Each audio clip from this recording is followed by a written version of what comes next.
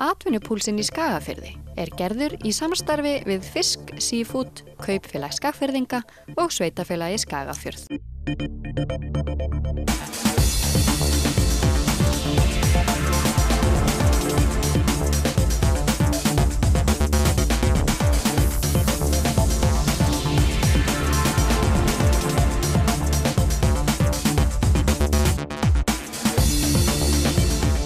Komið sæl og velkomin í 7. þátt Atvinnupúlsins í Skagafirði. Atvinnumálin eðli málsins samkvæmt í brennidepli í þessum þáttum. Fyrsti gestur okkar í dag framkvæmdastjóri Samtaka sveitarfélaga á Norðurlandi vestra.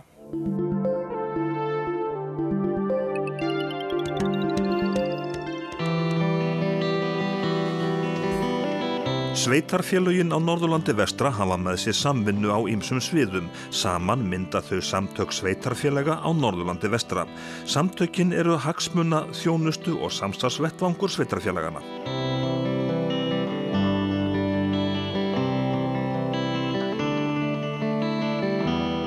Já, við rekum samkvæmt samningi við Byggðastofnun atvinnuráðgjöf, sveitarfélögin í sameiningu og höfum aðalega sinnt ráðgjöf til lítilla og meðalstóra fyrirtækja. Við erum ofta að hjálpa fólki að stofna fyrirtæki, sækja lán og slíka hluti.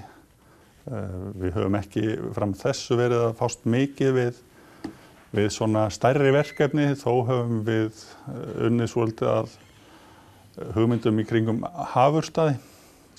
Þar var hugmyndin að setja upp stóra verksmiðju á sínum tíma og það svona verið að vinna ákveðna skipulagsvinnu kringum þetta mál. En atvinnumála fulltrúinn, hann sem sagt að fá inn á borð til sín alls konar hugmyndir sem að upp eru? Jú, við fáum mikið af svona sprotum sem að taka sín fyrstu skref og það auðvitað mjög skemmtileg vinna að aðstoða slíkt fólk og reyna að koma í veg fyrir að detti ofan í alla pittina. En hvernig gengur ykkur að halda í ungt fólk? Það gengur mjög misjafnlega eftir svæðum innan landshlutans. Ég hugsa að þéttbýlið og Sauðárkróki standi nú hvað best hvað það varðar, enda fjölbreyttast starfa framboð hér.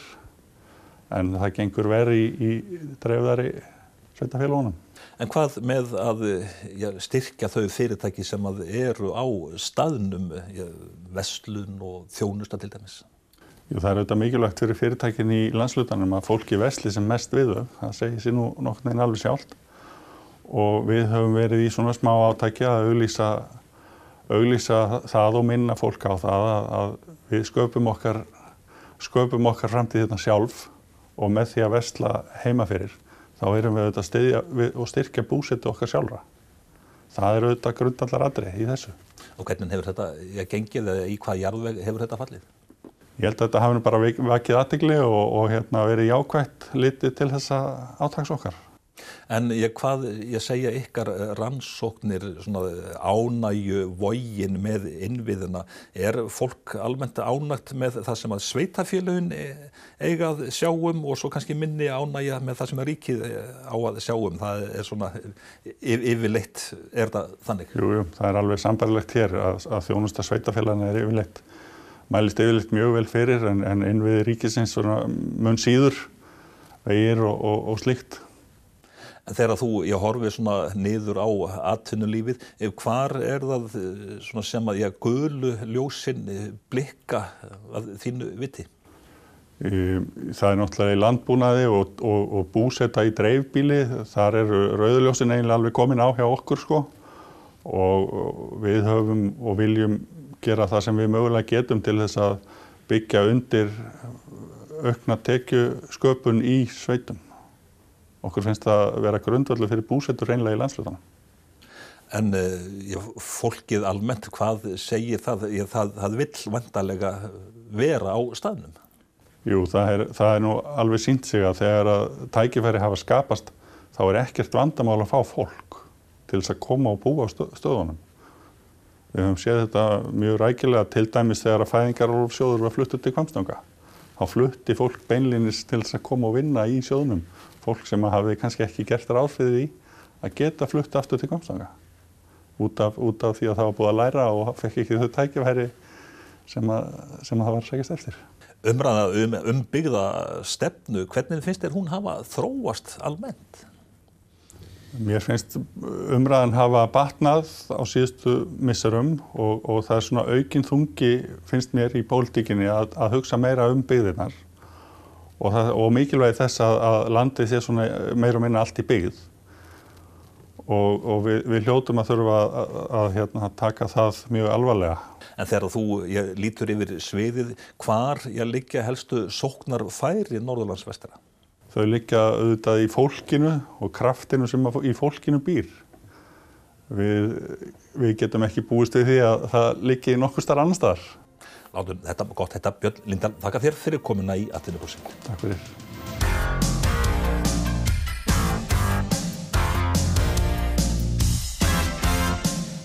Næst heimsækjum við steypustöð Skagafjarðar sem einnig rekur efnisvinnslufyrirtækið Króksverk. Það mikið byggt í Skagafirði sem þýðir væntanlega að mikið að gera hjá fyrirtæki sem framleiðir og selur steypu. Og svipaða sögu að segja Króksverk. Uppbygging vegakerfisins kallar á mikla efnisvinnslu. Framkvæmdastjórinn bjartsýnn enda sér hann fram á metár í steypunni.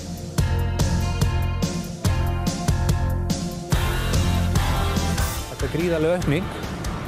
Núna hefur verið stígandi síðustu árin, það bara sprenging núna í þessu. Mikið byggt til sveita, fjós og svo bara hérna einstaklingar í bænum. Ég held að sé einhver 40 hús í byggingu.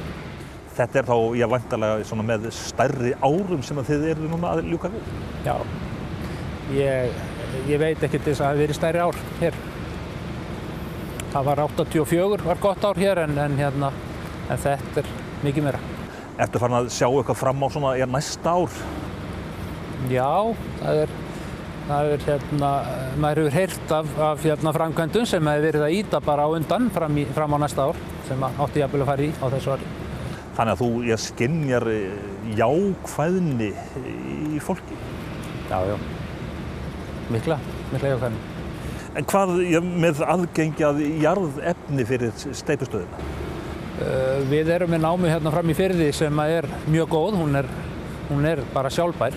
Við tökum efni úr Héraðsvötnum sem það ekki langur tími frá því við tökum efnið þangað til að við getum ekki séð að það hefur verið hreyft við neinum. Þannig að það mjög fínt. Það væntanlega ekki margar steypustöðvar sem að standa svo vel? Nei, ég held ekki. Steypustöðin sinnir ýmsum verktakaverkefnum svo sem jarð- og lagnavinnu. Til stendur að auknu fjármagni verði veitt til uppbyggingar vegakerfisins og það kemur sér vel fyrir efnisvinnslufyrirtækið Króksverk. Við verðum var við það strax núna. Það virðist vera að koma peningur í efnisvinnslu. Það okkar aðal viðskiptavinur vegagerðin og það greinilegt að hún að bæta við í því. Þannig að hjólinn koma til með að snúast hjá steypustöðinni og Króksverki á næstu misserum? Já, ég sé ekki annað. Það bjart framundan.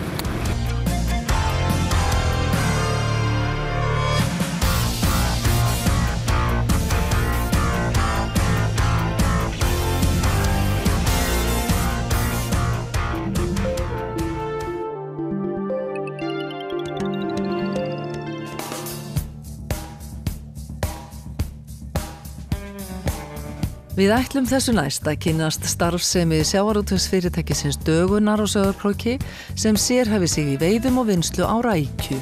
Í dag eru aðeins nokkrar rækjuverksmiðjur starfræktar á Íslandi. Áður voru þær í kringum 30 talsins. Dögun hluthafi í útgerð í Eistlandi sem gerir út nokkra stóra togara. Sú útgerð sér Dögun fyrir hráefni auk þess sem Dögun gerir út skipið Dag SK hér við land.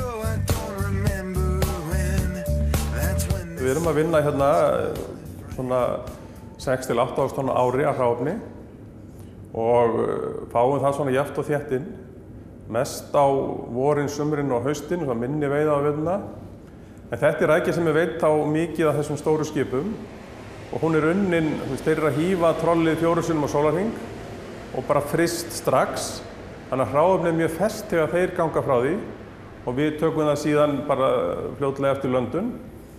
Og eru búin að þróa hérna aðferði við að þýða upp þessa rækju og síðan sjóða og pilla. Þannig að þessi tvífrysta rækja orðin mjög lík í gæðum og bara fersk innfryst rækja. Ekki alveg eins, það aðeins önnur áferð á henni, en samt bara mjög góð rækja. Og svo með það sem við erum með að gera hérna eitt skip út bara við Íslandsstrendur og það skip sem að landa hérna þá vikulega. Svo kaupum við stundum öðrum skipum sem að landa hérna og það unnið náttúrulega bara strax daginn eftir og bara hágæða og mjög góð vara. Óskar segir að vel yfir 90% framleiðslunnar fari á erlenda markaði. Gengi íslensku krónunar skipti fyrirtæki því afar miklu máli. Starfsmenn Dögunar að jafnaði á bilinu 25 til 30 talsins. Í verksmiðjun á Króknum unnið úr 30 tonnum af hráefni á dag og verksmiðjan notar 1 milljón lítra af vatni á hverjum einasta vinnsludegi. Já, þetta mjög vélvætt og eiginlega sennilega það mest vélvætta í fiskiðnaðinum allavega með að við erum að vinna vöruna, við erum að taka rækjuna í skel hráa, við erum að sjóða hana og pilla hana og pakka þessi í neytendapakningar og við erum kannski að skila þessu í 12-13 tonnum á dag og stundum kannski ekki nema 15-17 manns í vinnslulínunni við þetta og við erum að skila þessi 270 gramma pókum eða 50 gramma pókum sem sagt hluta af framleiðslunni. Þannig að þetta er mjög tæknivægt. Hvað tekur það rækjuna langan tíma frá því hún kemur inn í hús hjá þér og þangað til hún komin í neytendapakningar? Sko, ef við erum með frosið hráefni þá þurfum við að þýða það upp. Við erum með það semst í uppþýðingu í sólarhring. En eftir þennan sólarhring þá fer þetta sem sagt inn í vinnsluna og við byrjum á að sjóða þetta og pilla þetta og í fristum þetta og pökkum þessu svo í neytendapakningarnar og þetta eru svona 30 mínútur, 25-30 mínútur sem þetta tekur. En það rétt að þið getið tekið hverja einustu rækju og rakið uppruna hennar? Já, það alveg fullur rekjanleiki á vörunni en hvort það myndi ruglast innan veiðidag, ég veit það nú ekki en þetta allavega mjög nákvæmt. Við getum alveg sagt á hvaða veiðiferð þetta var og á hvaða veiðisvæði þeir voru að vinna þetta og erum með dagsetningarna líka á þessu. Skelin fer til Siglufjarðar þar sem kítósan framleitt. Hilmar segir að nýtingin hafi batnað mikið á undanförnum árum og hann sér fyrir sér að tæknivæðingin haldi áfram. Það stemt að því að vera með hana vel tæknivædda verksmiðjuna svoleiðis að við getum keppt hráefni. Við erum alltaf að keppa við hráefni, við erum að keppa við verksmiðjur í Kanada, Grænlandi og svo aðra verksmiðjur hérna á Íslandi. Þannig að við ætlum okkur að reyna að vera í fremstu röð og það hefst bara með því að vera með tæknivædda verksmiðju og gott starfsfólk.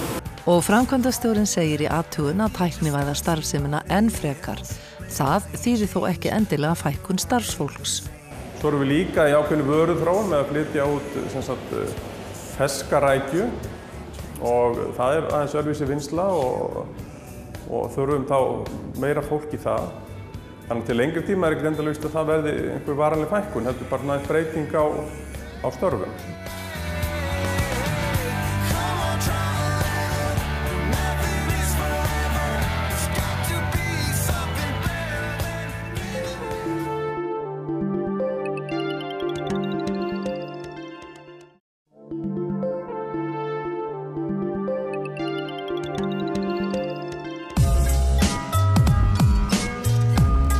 Áfram höldum við með atvinnupúlsinn þar sem kastljósinu beint að atvinnumálum í Skagafirði. Með aukinni tækni í fjarskiptum hefur færst í vöxt að fyrirtæki ráði til sín starfsfólk sem starfar fjarri sjálfum vinnustaðnum. Í daglegu tali talað störf án staðsetningar. Hugbúnaðarfyrirtæki Stefna á Akureyri hefur opnað starfsstöð á Sauðárkróki. Hérna skiptir staðsetning starfsmannsins ekki höfuðmáli. Ég er búinn að vera í Hrísey í 5 ár og starfa þaðan. Svo Stefna með líka starfsstöð í Kópavogi. Það einn starfsmaður frá okkur í Svíþjóð. Þannig að það rauninni, Stefna hefur alveg verið mjög opið fyrir því að fólk getur unnið bara þaðan sem það vill og þar sem það vill búa. Og það náttúrulega mjög frábært að hafa þannig möguleika. Heldur þetta sé auðveldara í hugbúnaðargeiranum heldur en öðrum starfsgreinum? Já, líklega það nú svona það sem það getur eitthvað unnið fyrir öðrum en tölvu, En það auðvitað bara, sjálfsagt, það bara mismunandi, ég þekki það ekki, En þetta allavega mjög lítið mál þannig séð fyrir mig. Hver eru þín helstu verkefni? Ég forritari og ég tek við heimasíðu sem búið að hanna og set hana upp í Moja vefumsjónarkerfinu sem að stefna á. Þannig að ég sé til þess að vefurinn líti rétt út í öllum mögulegum skjágerðum og stærðum og símum og ef þú prentar hann út þá þannig að líti rétt út og þú hlustar á hann með skjálesara eða þú verið blind og myndir vilja fara inn á einhvern veg þá þannig að líti að hlusta eða heyrast rétt. Þannig að það er ýmislegt sem við uppsetjarnir þurfum að hafa í huga. Það lítið mál fyrir Ingólf að sitja fundi hjá stefnu í gegnum fjarfundabúnað. Ingólfur segir að viðskiptavinirnir verði ekkert varir við hvar á landinu eða í heiminum hann með aðsetur. Ingólfur segir að fjölskyldan hafi meðal annars ákveðið að flytja til Sauðárkróks vegna íþróttastarfs og aðstöðu. Við erstu sonur okkur á fullu íþróttum og okkur langaði til að geta verið á stað þar sem mikið íþróttalíf. Hvernig hefur ykkur verið tekið? Bara ljómandi vel. Það allir bara mjög almennilegir Og stendur íþróttalífið undir væntingum? Já, það gerir það. Og náttúrulega frábært að fá nýjan sparkvöll og bara greinilega verið að auka í frekar en hitt Þannig að já, það er bara mjög mikill metnaður fyrir því sem menn að gera hérna, sé ég. Við keyptum okkur hús sem svona miðsvæðis. Þannig að það er náttúrulega mjög stutt að fara bæði í íþróttavöllinn og skólann og svo hingað í vinnandi mín og í búðina og svona. Þannig að þetta er náttúrulega bara allt á einum stað og svoleiðis. Það náttúrulega hefur mikinn kost Það þarf ekki að vera að skutlast á bíl eitthvað langa vegalendi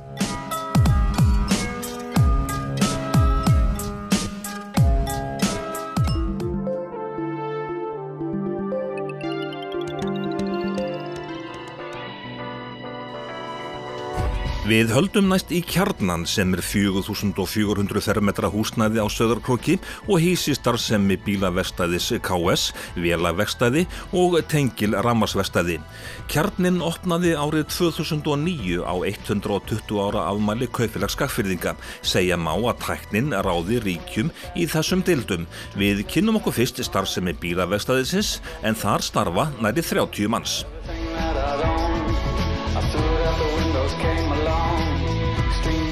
Tækninni hefur náttúrulega fleygt gríðarlega fram í þessum geira og höfum lagt mikið upp úr því að vera með nýjustu tækni og fylgja bara þeim straumum sem í gangi á hverjum tíma og keppa við þá stóru. En þetta kallar væntanlega á mikla sérhæfingu? Já, við erum reyndar að vinna fyrir öll stóru þjónustumboðin og öll tryggingafélögin líka og erum þurfum að vera með græjur til þess að þjónusta alla bíla. En nútíma bílaverkstæði algjör andstæða við verkstæði fyrir nokkrum áratugum? Samkeppnisaðilinn okkar var náttúrulega bílskúrinn á sínu tíma en öll sú vinna sem fer þar fram í dag bara svo ofboðslega takmörkuð að þetta er búið að breyta svo hratt núna að þetta allt orðið svo tæknilegt að bílskúrinn ræður bara ekki við þetta lengur. Marteinn segir að Fjölbrautaskóli Norðurlands vestra á Sauðárkróki sé afar mikilvægur varðandi menntun starfsfólks. Við fórum í átak með skólanum, kaupfélagið og sveitarfélögin hérna í kring í að byggja skólan upp þannig að hann sé að kenna nemendum á ný tæki. Þannig að við erum að fá inn starfsmenn sem að kunna á tækin sem við verðum að vinna á hér. Og það er náttúrulega bara gríðarlega mikilvægt fyrir okkur að skólinn vilji spila með okkur og væntanlega samanskapið að við viljum spila með honum því að þetta er svona samspil okkar á milli að búa til vélvirkja og bifvélavirkja. Hann segir að flestir viðskiptavinir bílaverkstæðisins búi í Skagafirði, sömuleiðis leiti margir úr nágrannasveitarfélögum til verkstæðisins. En höldum þessu næst yfir á vélaverkstæðið á Kjarnanum. Þar starfa 30 manns sem sinna nýsmíði og viðhaldi ýmiss konar. Vélaverkstæðið heldur líka út í pípulagningadeild. Stærsta verkefnið þessa dagana uppsetning próteinverksmiðju á Sauðárkróki og verkefnið stórt. Já, gríðarlega stórt og margar stundir sem að liggja þar að bak við. En svona mjög skemmtileg vinna. Þetta er sem sagt svona mikið til ryðfríðsmíði og þannig að þetta er svona mikil fínsmíði sem að fylgir þessu.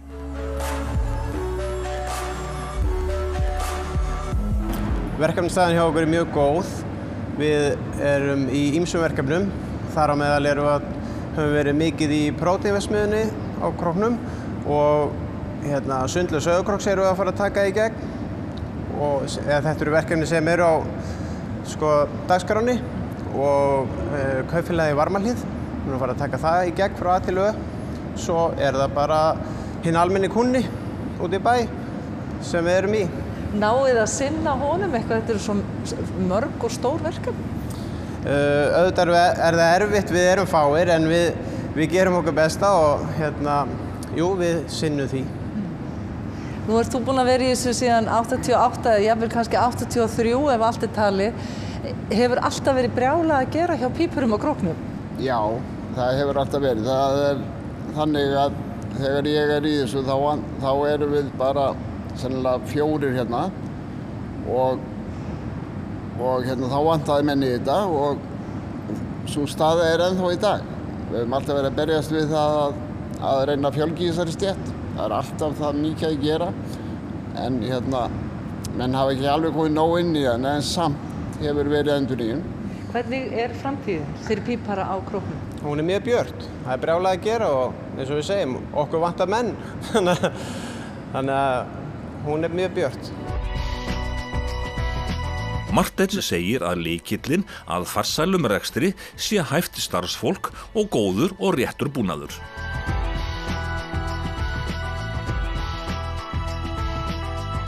Já, lykillinn er fyrst og fremst hæft starfsfólk, góður búnaður og bara að þú sért að vinna með tæki sem að nútíminn krefst og svo náttúrulega bara aðstaðan líka. Við erum hérna í húsi sem var byggt 2009 og vorum að sameina á einn stað þennan rekstur hér sem að var á 5 stöðum í svona frekar lélegu húsnæði á flestu stöðum. Hvaða máli skipti það að hafa þetta allt saman á einum stað? Það er náttúrulega gríðarlega þægilegt fyrir viðskiptavinina að geta komið hafa alla þjónustu á einum stað. Hvort sem þú ert að fara að láta gera við brauðristina þína eða togarann, þá kemur á sama stað.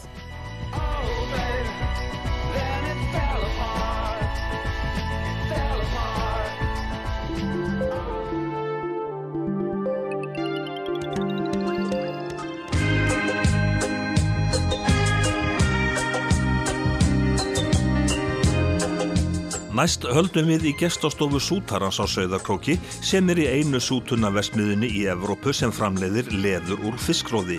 Gestastofan er vinsæl meðal ferðafólks. Með gestastofunni er almenningi opnaður aðgangur að sútunaverksmiðju og afurðum hennar.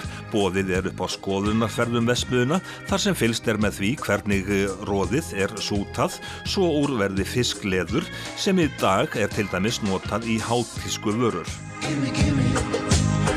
Just a little smile. That's all I ask of you. Til dæmis með hlýran okkar í þessum fallega græna lit. Og við framleiðum úr 4 tegundum. Við einblínum á hlýra, karfa, lax og þorsk. En fiskileðrið er svo sterkt. Það er svo mikill tógkraftur í skinninu. Þetta er umverulega 7 sinnum sterkari heldur en nokkuð tíðan eins og lambaleður, kálfaleður, annað svipað leður. Og það er einfaldlega bara því að fíbrurnar í skinninu fara í criss-cross en ekki bara upp og niður. Og þá verður bara tógkrafturinn mun meiri. Það er bara hálfgeitt svona net inn í skinninu. En flestir hugsa, nei, fiskiroð, það er nú eitthvað aumt og lélegt. En það bara er ekki raunin og þess vegna er fiskiroðið svo gott í hluti sem þurfa að vera mjög bara þolamart eins og skó, töskur, alls konar textíl, stóla, klæði á stóla, innan í bíla og svona alls konar skemmtilegt. Hérna er hlýran í náttúrulega lit eins og við köllum hann, svona grár. En eins og þið sjáum bak við mig þá erum við með alls konar liti. Í hvað leðrið helst notað? Það svo fjölbreytt að það bara ímyndunaraflið þitt sem stoppar þar. Þetta notað í fatnað og skó og skart og einn sem ég veit að að framleiða línu á hjólabrettum, hann notar þetta sem skraut á þau. Og baðfatnað, stóla, húsgögn, það verið klæddir heilu veggirnir á hótelum og ég veit ekki hvað og hvað. Þannig að já, það bara ímyndunaraflið sem stoppar þar. Er þetta harður bransi? Mjög, mjög. Það til rosalega mikið af góðum framleiðendum í heiminum í leðuriðnaðinum bara. Og við erum að flytja cirka 98% af öllu sem við framleiðum út erlendis. Mest á svona verstur Evrópumarkað, Asíu svolítið og til Bandaríkjanna. En já, keppnin mjög hörð, þannig að það eins gott að standa fast í lappirnar. En hvernig að reka svona fyrirtæki norður í landi? Það hefur kosti og galla. Það alveg, við þurfum að senda allt mjög langan veg, eins og við getum ímyndað. En efnið okkar hérna að hluta til og hérna fólkið okkar, svo verksmiðjan. Og hérna varð bara hugmyndin til.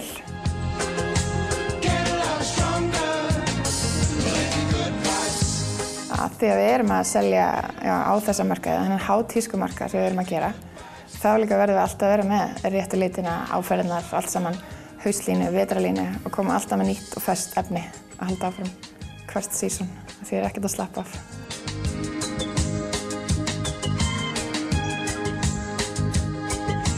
Í næsta þætti atvinnupúlsins í Skagafirði höldum við áfram að ræða við fólk sem gjörþekkir atvinnulífið og við kynnum okkur starfsemi ýmissa fyrirtækja.